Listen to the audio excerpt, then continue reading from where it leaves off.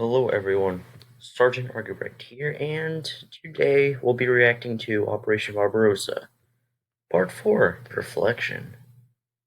I reacted to Part 3.5, well, not, I reacted to Part 4, half of it, yesterday. I'll be reacting to the second part.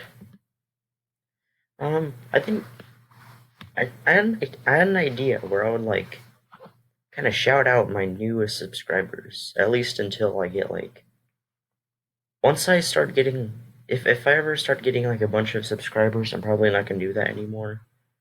It'd be hard to keep track. But for now, I think it'll be cool. So the first one, they just subscribed to me, like today, Line of Cars. So yeah, thank you. And then the next person is O Online One. So yeah, also thank you. Um. Anyways,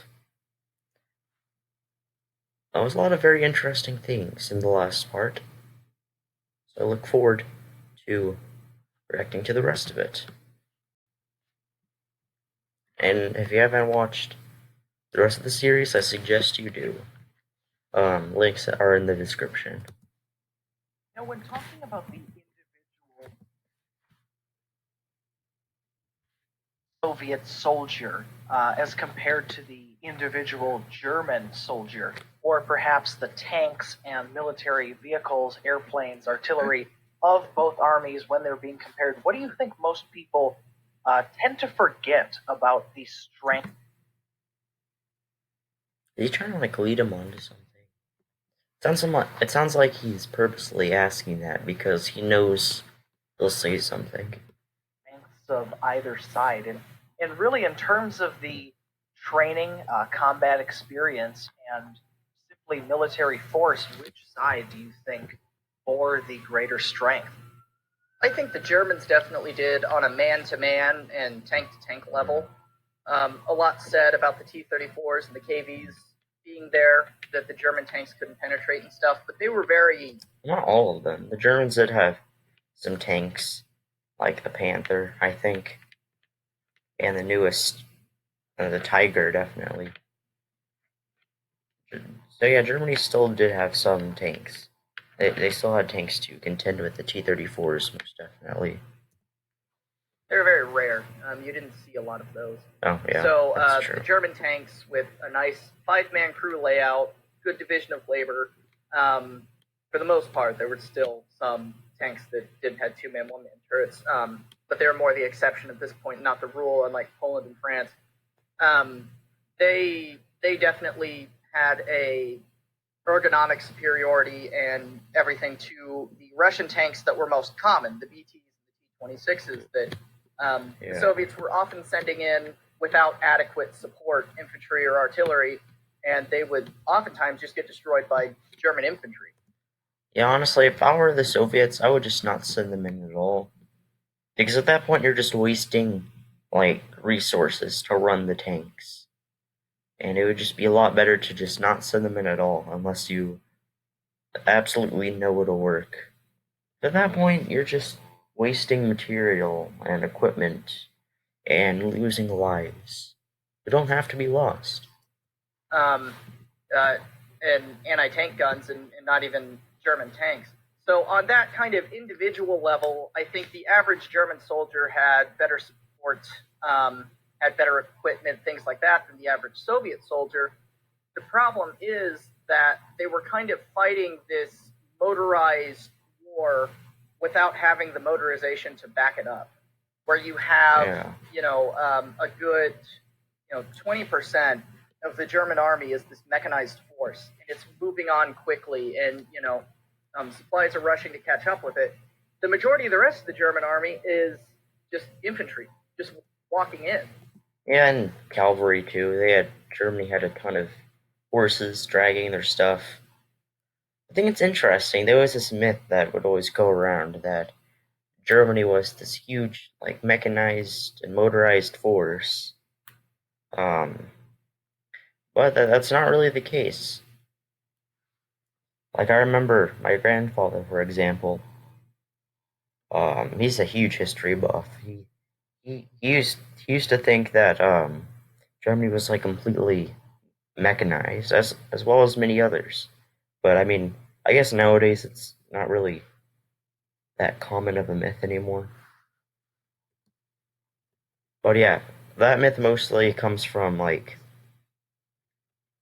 that myth seems to come from these German generals who like to blame everything else And they have a instead of themselves. lot of problems of the motorized troops outrunning the infantry to a point that it's getting dangerous.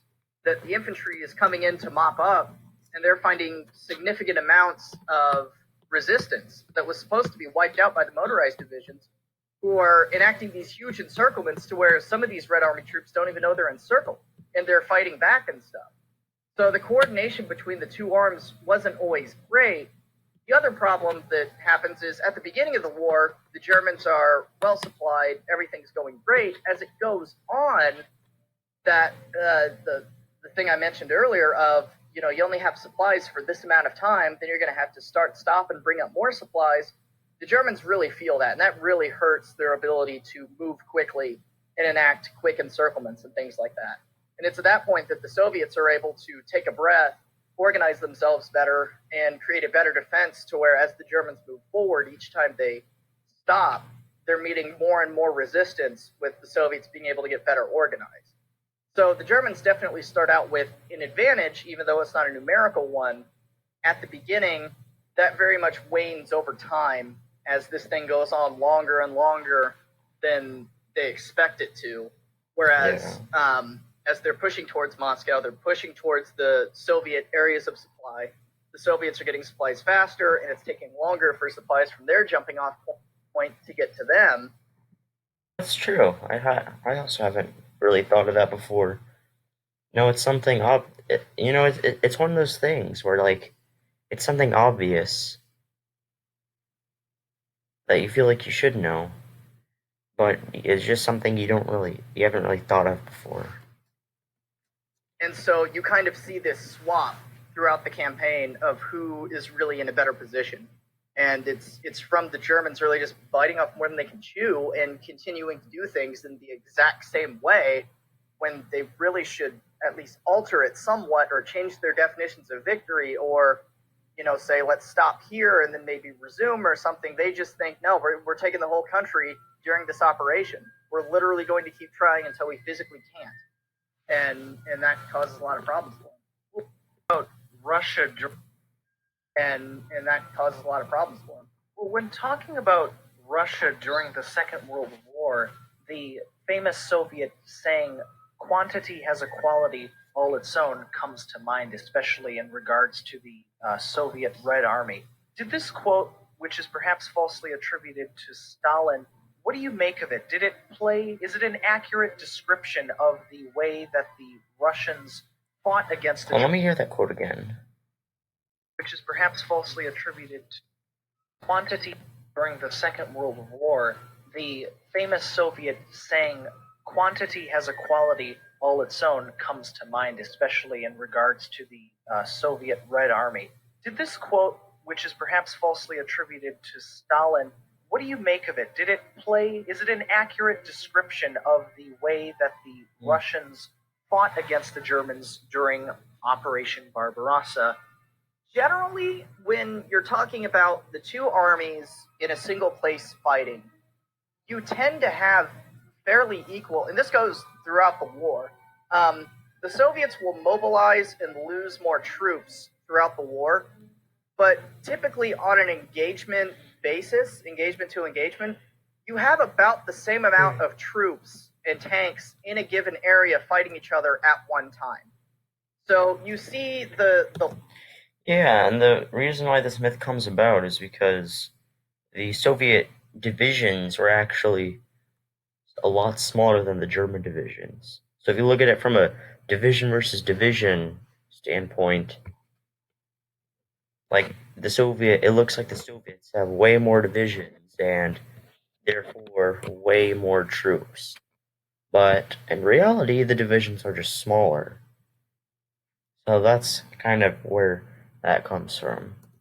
large Red Army, and you see the numbers of Red Army soldiers that are in Russia, ready to go, to the Germans 3 or 4 million when they start, and you think, oh, that's the Russians won by numbers, but all those soldiers are spread out throughout the country, and as they're bringing more in, they're also losing more.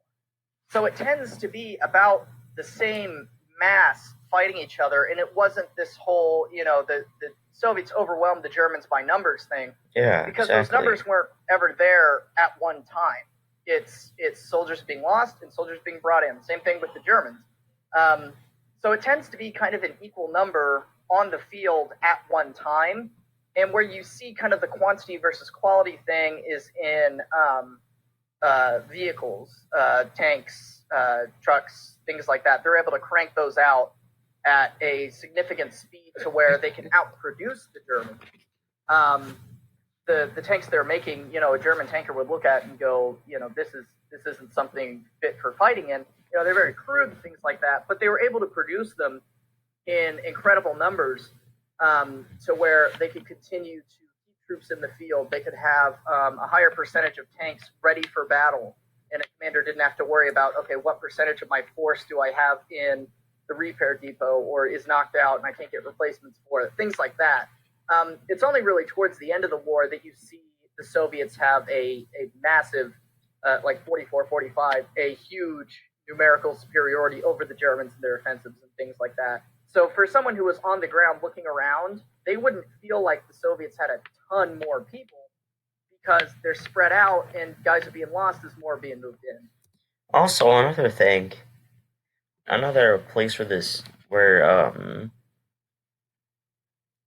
another reason why people think that the Soviets just were completely overwhelming the Germans with numbers, and that's why they won. Another place where this myth comes from is the German generals. They would like to say in their diaries or whatever that, oh my gosh, there's so many Soviets and they overwhelmed us, and that's the reason why we lost.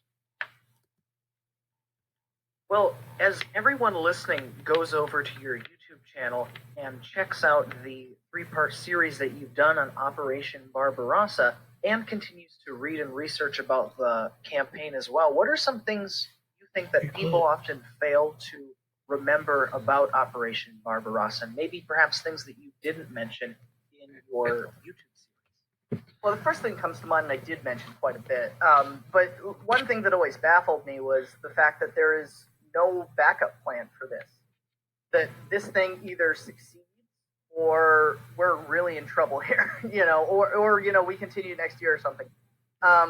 They do move back their objective line a bit. It was the AA line. A bit? They moved it back a lot. From the AA line all the way to, like, around Moscow. Almost into Siberia, then they moved it back to just behind Moscow. Yeah. But still, it's... Yeah, that's not... Either the A line is around, like, maybe... I wouldn't say it's in Siberia, maybe, like... a little bit west of the Ural Mountains, I'd like to say. Every time I would read something or look at the planning or something like that, there is literally no contingency plan for, okay, what if this doesn't go the way we think it will? How are we going to recover ourselves? How are we going to make sure that we don't just get invaded back? And they don't have any ideas of how this is. It doesn't even occur to them that that's an option. They think that they're going to go in and this whole thing is going to collapse and it's going to go exactly how they want it to go. And the thing that I've always kind of attributed that to is just how kind of shocking the fall of France was, in that, it's kind of taken for granted now, and there's all kinds of jokes about the French surrendering. When that happened... Yeah, and those jokes are ridiculous. France,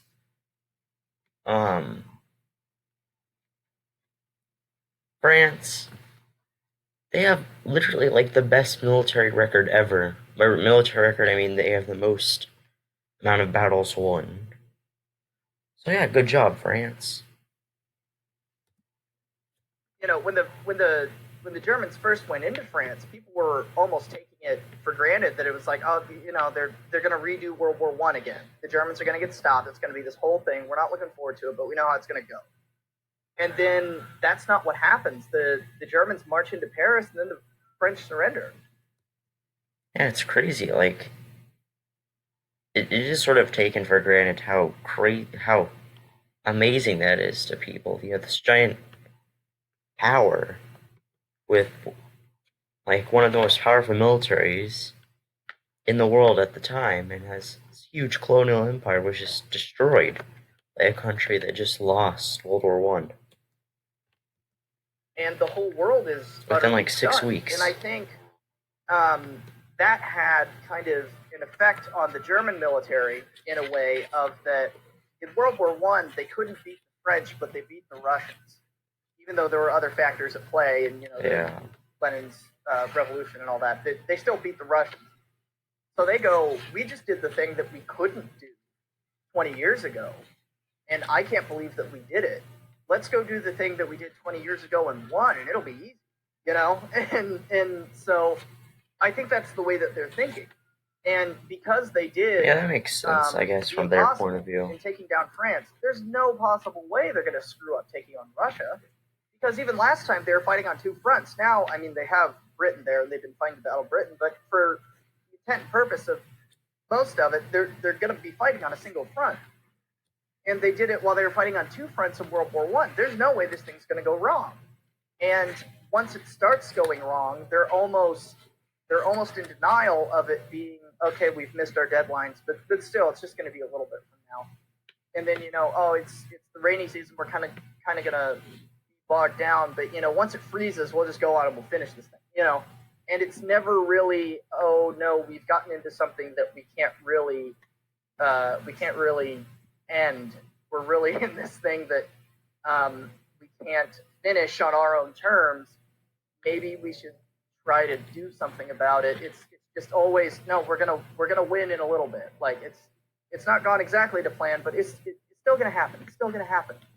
And they just never give that up. And that's something that is always kind of looked at previously in older documentaries and stuff like that. It's like the Germans had this amazing run, then they just stopped in front of Moscow, and they shouldn't have done that.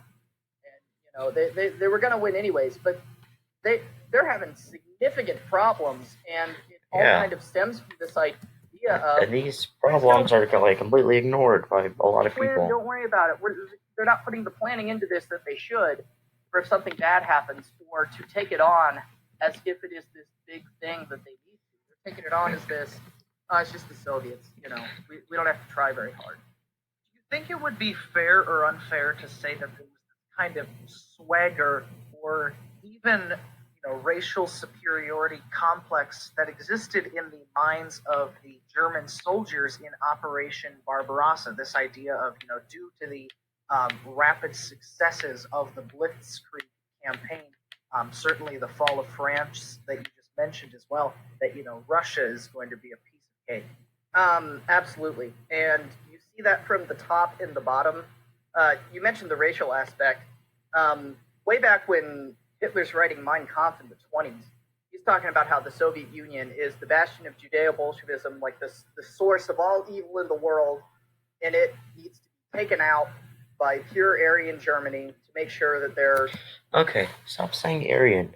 I don't like it when people say Aryan. Aryan does not have to do with like Northern European, which is what a lot of people think. And it has to do with like Iran and that whole area. In fact, the Germans themselves, they never used the word Aryan. They didn't refer to themselves as Aryan. Like, I don't really understand where that whole thing comes from. Like, am I wrong? Please tell me in the comments if I'm wrong. That evil is wiped from the earth.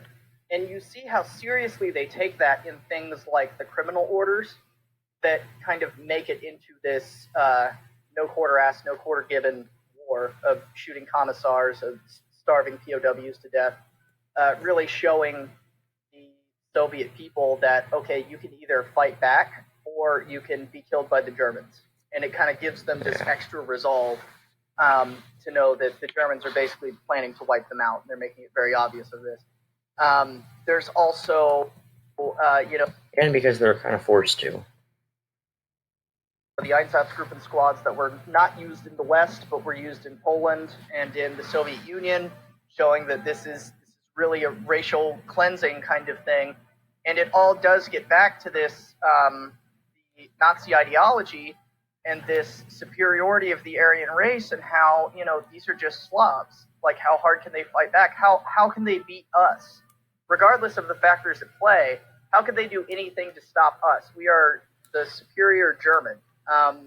We are going to win this thing. And they're all very intertwined. And the way Barbarossa is conducted, in the ways that I was talking about, just kind of assuming victory, doesn't make much sense until you really look at the ideologies of National Socialism and see how much they truly look down on these people and how little they think they're capable of.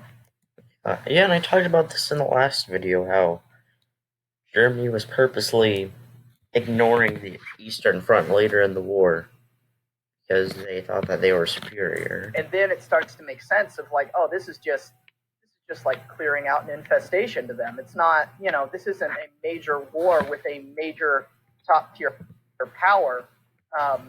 Soviet Union bringing all its industry and all its everything to bear. These are a bunch of people that are lesser than us, and we are going to wipe them out very easily because they can't do things well. And you get into a huge gray area when you start talking about the individual soldier and what they believe, and what they did, and all that. But you can definitely say from the top down, that was the general idea, and it's shown in the ideology of the Nazis, and then carried out in the criminal orders, in the way that the war was conducted. Thank you to Surfshark. Okay, well, that was the video. It wasn't really that long, the last video. I try to keep this video I'm trying to keep my videos a bit more short, because I think my reactions are usually extremely long, and they end up making the video at least twice as long as the actual video is. So yeah, maybe that will work out. Hopefully this video is less than half an hour. That's my goal. Because there's no way y'all would want to watch me react to these like YouTube videos for 40 minutes. Anyways, maybe I'll do a poll on that. Who knows? Like, if y'all want to watch, if y'all actually do want to watch these long reactions, or if you would rather me keep them short. Anyways, right now I'm actually making it longer by talking about this. Anyways, if you like this video, then like it. If you like my channel, then subscribe. And if you have something to say, then comment. And also, goodbye.